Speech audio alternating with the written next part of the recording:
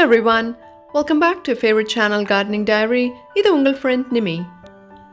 இன்னைக்குள்ள வீடியோவில் நம்ம ரோசஸோட லீஃப் பர்ன் பற்றி பார்க்க போகிறோம். சம்மரில் வரக்கூடிய அந்த நார்மல் நுனி கருகள் இல்லை அந்த லீஃப் கருகிறது அது பற்றினது இல்லை, இது ஒரு விதமான பர்ன், அதை பற்றி தான் நம்ம பார்க்க போகிறோம். அதுக்கு முன்னாடி க்ரோ அவார்ட் பற்றி சொல்லி ஆகணும். ரொம்பவே இன்ட்ரெஸ்டிங்காக போயிட்டுருக்கு. எல்லாரும் அந்தந்த டேட்டுக்கு தவறாமல் அப்டேட் அனுப்பிட்டுருக்காங்க. இந்த காம்படிஷன் இன்னும் 2 வாரத்தில் முடிஞ்சிரும் இல்லையா? அதுக்கு முன்னாடி வந்திருக்கிற ப்ராக்ரஸ் அப்டேட்டை வச்சு டாப் 10 கண்டஸ்டண்ட்டை வந்து நம்ம ஒரு எக்ஸ்க்ளூசிவாக ஒரு வீடியோவில் அனௌன்ஸ் பண்ணுவோம். So watch out for that. ரொம்பவே இன்ட்ரெஸ்டிங்காக இருக்க போகுது. அவங்களோட பிளான்ட் பிக்சர்ஸ் வீடியோஸ் அதெல்லாம் ஃபீச்சர் பண்ணி காமிப்போம். மான்சூன் சீசன் வந்து சரியாக இன்னும் நிறைய இடத்துல ஸ்டார்ட் பண்ணல. இப்போது சம்மராக தான் இருக்குது. எனக்கு வந்து மெசேஜஸில் நிறைய பேரோட ரோஸ் பிளான்ஸில் இந்த மாதிரி ஒரு பிரச்சனை இருந்ததுனால சரி இப்படி ஒரு வீடியோ போடலாமே, ஸ்பெசிஃபிக்காக போடலாம், நிறைய பேருக்கு உதவியாக இருக்கும் அப்படின்றதுனால தான் இன்றைக்கி இந்த வீடியோ போடுறேன். So let's go and discuss leaf burn. நிறைய பேருக்கு ரோஸ் இலைகள் இந்த மாதிரி இருக்கிறத பார்க்கும்போது வரக்கூடிய டவுட் என்னென்னா, என்னோட செடி இப்படி இருக்குது, லீவ்ஸ் எல்லாம் இந்த மாதிரி இருக்குது, இது என்ன நோய், இதுக்கு என்ன மருந்து கொடுத்தா சரியாகும், திடீர்னு என் பிளான்ட் இப்படி ஆயிடுச்சு, இதை நம்ம எப்படி சரி பண்ணுறது அப்படின்ற கேள்விகள். ஸோ அதோட ஆன்சர்ஸ் தான் இன்றைக்குள்ள வீடியோவில் உங்களுக்கு கிடைக்க போகுது. ரோஸ் இலைகள் இந்த மாதிரி இருக்குன்னா இது வந்து பெஸ்ட் அட்டாக் கிடையாது. நீங்கள் உடனே வந்து த்ரிப்ஸோ ஏஃபிட்ஸோ இல்லை வேறு ஏதோ பூச்சி வந்து என்னோடய பிளான்ட் அட்டாக் பண்ணிடுச்சு அதனால் லீஃப் இந்த மாதிரி ஆயிடுச்சு கருகிடுச்சு அப்படின்னு கூட நினைக்க வேண்டாம். அண்ட் ரெண்டாவது, இது வந்து ஹீட், அதாவது சம்மர் ஹை டெம்பரேச்சர்னால் வரக்கூடிய அந்த பேர்ன் கிடையாது. அந்த ஏற்கனவே நம்ம வீடியோவில் பார்த்துருக்கோம், டிஸ்கிரிப்ஷனில் கூட அந்த வீடியோ லிங்க் கொடுத்துருக்கேன். அது லீஃபோட எட்ஜஸ், அதாவது நுனியிலேருந்து அப்படியே கருக ஆரம்பித்து லீஃப் மொத்தமாகவே அப்படி ப்ரௌன் ஆகி எல்லோ ஆகி அந்த மாதிரி பேப்பர் மாதிரி ஆகி விழுறது, அதுதான் ஹீட்னால் வரக்கூடிய அந்த பேர்ன். இது வந்து உங்கள் லீவ்ஸ் இந்த மாதிரி இருக்குது அப்படின்னா நம்ம பெஸ்டிசைடோ இல்லை ஃபெர்டிலைசரோ ஏதாவது நம்ம கொடுத்துருப்போம், அதனால வரக்கூடிய பேர்ன். இதை பற்றி ஏற்கனவே நான் முன்னாடி ஒரு வீடியோ போட்டிருக்கேன், ஃபைட்டோடாக்சிசிட்டி அப்படின்னு நம்ம டிஸ்கஸ் பண்ணியிருப்போம், கொஞ்சம் விளக்கமாக பார்த்துருப்போம். அந்த வீடியோ கூட டிஸ்கிரிப்ஷனில் கொடுத்துருக்கேன், அதுவும் பாருங்கள். ஆனால் இது வந்து கொஞ்சம் அதை விட வித்தியாசமான ஒரு எஃபெக்ட் ஆர் ஆஃப்டர் எஃபெக்ட் அப்படின்னு சொல்லலாம். ஸோ இதோட விளக்கம் என்னன்னு பார்க்கலாம். நம்ம செடிகளுக்கு கொடுக்கக்கூடிய உரமாக இருந்தாலும் சரி, மருந்தாக இருந்தாலும் சரி, அது ஸ்ப்ரே ஆர் ட்ரென்ச் 2 விதமாக நம்ம கொடுப்போம் இல்லையா?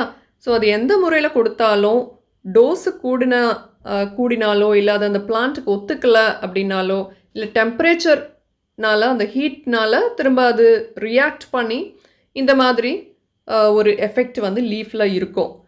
ஸோ இந்த மாதிரி இருந்துச்சு அப்படின்னா நீங்கள் வந்து பயப்பட வேண்டாம். இது பிளாக் ஸ்பாட் டிசீஸ் கிடையாது. ஏன்னா இது டாட் மாதிரி கூட இருக்குது அப்படின்ட்டு நீங்கள் நினைக்கும்போ இது வந்து ஃபங்கஸ் அப்படின்னு கூட நீங்கள் நினைக்கலாம். ஸோ இது ஃபங்கஸ் இல்லை. லீஃபோட அடியில் பார்த்தீங்கன்னா ரொம்ப க்ளீனாக இருக்கும், கிளியராக இருக்கும். இப்போ ஜென்ரலாக நமக்கு வந்து வேறு ஏதாவது த்ரிப்ஸ் அட்டாக்குன்னா லீவ்ஸுக்கு அடியில் ஸ்க்ராட்ச் மார்க் மாதிரி ஏதோ பரண்டுன மாதிரி ஒரு சைன், ஒரு அடையாளம் இருக்கும் இல்லையா? இப்போ இதோட லீஃப் எல்லாம் பார்த்தோன்னா கிளியராக க்ளீனாக இருக்குது. இது அந்த லீஃபோட மேல் பாகத்தில் மட்டும்தான் அந்த சன்னோட ஹீட் வரும்போ, அந்த சூடு வரும்போ இந்த மாதிரி ரியாக்ட் ஆகி அந்த லீஃப் ஸ்காட்ச் அப்படின்னு இங்கிலீஷில் சொல்லுவாங்க, அதுதான் நடந்திருக்கு. இது மொத்த பிளான்ட்டும் இப்படி ஆகணும்னு இல்லை, எல்லா பிளான்ட்டும் இந்த மாதிரி ஆகணும்னு இல்லை. யங் லீவ்ஸ், சில பிளான்ட்டில் ஓல்ட் லீவ்ஸ் கூட இந்த மாதிரி எஃபெக்ட் ஆகும். அண்ட் நீங்கள் புது க்ரோத் அந்த செடியிலேருந்து வரதை கவனிச்சிங்க அப்படின்னா அது கிளியராக க்ளீனாக நல்லாயிருக்கும். சரியா? நான் வந்து சம்மர் மந்த்ஸ் ஃபுல்லுமே பெஸ்டிசைட் அடிக்கும்போது சாயந்தரம் ஐஸ் வாட்டர் சேர்த்து தான் அடிச்சிட்டு இருந்தேன். இந்த ப்ராப்ளம் வரவே இல்லை. இப்போ ஒரு ரீசெண்டாக ஒரு வாரமாக மழை வந்து ஆன் அண்ட் ஆஃபாக இருக்குது. நைட்டு வந்து மழை வரும், அதனால் சரி ஐஸ் வாட்டர் சேர்க்க வேண்டாம் அப்படின்னு நார்மல் வாட்டரில் நான் ஸ்ப்ரே பண்ணேன். மறுநாள் காலையில் பயங்கர ஹீட், 30+ டெம்பரேச்சர். ஸோ அதோட விளைவு தான் இது. இப்போ நீங்கள் பார்க்குற அந்த எல்லோ லீஃப் வந்து நார்மல் ஏஜிங், அந்த நார்மல் எல்லோ லீஃப். இது வந்து நம்மளோட பிளாக் ஸ்பாட் ஃபங்கஸ் அஃபெக்டான லீஃப். ஜென்ரலாகவே உங்களுக்கு பார்த்தா தெரியும், அந்த ஸ்பாட்ஸ் கொஞ்சம் வித்தியாசமாக இருக்கும், ஒரு பர்பிளிஷ் ப்ரௌனோடு இருக்கும், குட்டியாக கூட இருக்கலாம். அந்த ப்ரௌன் அண்ட் எல்லோ ஸ்ப்ரெட் ஆகி கலந்து கொஞ்சம் வித்தியாசமா இருக்கும். ஸோ இப்போ நீங்க பார்க்குற லீவ்ஸ் எல்லாம் வந்து அந்த பிளாக் ஸ்பாட் டிசீஸோட விளைவு. கன்ஃப்யூஸ் பண்ணிக்காதீங்க. ஸோ ரொம்பவே வித்தியாசமா இருக்கு இல்லையா? ஸோ அந்த டிசீஸ்க்கும், அந்த லீஃப் ஸ்கார்ச்க்கும்.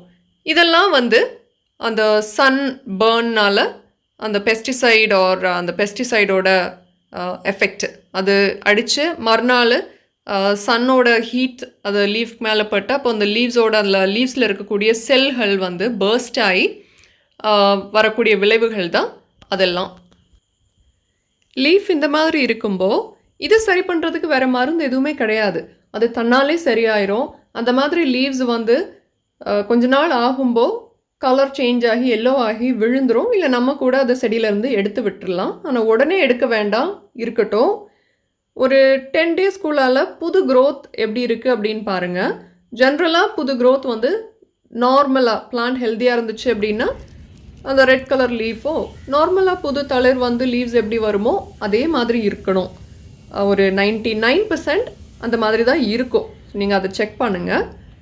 சரி, நீங்கள் பெஸ்டிசைடு அந்த மாதிரி அடிச்சிட்டிங்க, இல்லை அடுத்த நாள் காலையில் உங்களுக்கு அடுத்த நாளோ இல்லை 2 டேஸில் இந்த மாதிரி ஒரு பேட்டர்ன் உங்கள் லீஃபில் இருக்குது அப்படின்னா வேறு எதுவும் பண்ண வேண்டாம். You don't have to worry about it. நீங்கள் நார்மலாக காலையில் லீஃப் எல்லாம் ஷவர் பண்ணுவீங்கள்ல, அந்த வாட்டர் ஸ்ப்ரே அதெல்லாம் நார்மலாக கண்டினியூ பண்ணுங்கள். உங்கள் ருட்டீனை கண்டினியூ பண்ணுங்கள். சம்மர் மந்த்ஸ் உங்களுக்கு டெம்பரேச்சர் நார்மலாக ஜாஸ்தியாக இருக்குது அப்படின்னா ஐஸ் வாட்டர் கண்டிப்பாக சேர்த்துக்கோங்க. இந்த மிஸ்டேக் நான் பண்ண மாதிரி மழை இருந்தாலும் லைக் மழை தொடர்ந்து இருக்குது, டெய்லி உங்களுக்கு மழை இருக்குது, ரொம்ப வெயில் இல்லை அப்படின்னு அந்த பிரச்சனை வராது. மற்றபடி உங்களுக்கு தெரியலை வெயில் வருமா இல்லையா அப்படின்ற ஒரு சந்தேகம் இருக்குது அப்படின்னா ஐஸ் வாட்டர் சேர்த்து பெஸ்டிசைட் ஸ்ப்ரே பண்ணுங்கள். பெஸ்டிசைட் சாயந்தரம் கொடுக்குறீங்க அப்படின்னா ஒரு 6 மணிக்கு அப்புறம் கொடுங்க. அதே மாதிரி காலையில் ஃபுட் ஃபாலியர் ஸ்ப்ரேயாக கொடுக்குறீங்க அப்படின்னா அதை வந்து ஒரு 7 மணிக்கு முன்னாடியே கொடுத்துருங்க. ஒரு 6 மணிலேருந்து 7 மணிக்குள்ளால் கொடுத்துருங்க. ஸோ அது செட் ஆயிரும். அந்த பேர்ன் வரதை நம்ம தவிர்க்கலாம்.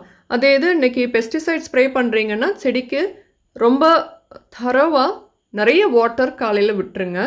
ஸோ இந்த பெஸ்டிசைட் பிளான்ட் அப்சர்வ் பண்ணி டிரான்ஸ்போர்ட் பண்ணும்போது டீஹைட்ரேஷன் இருந்தால் கூட இந்த மாதிரி பேர்ன் வரும்.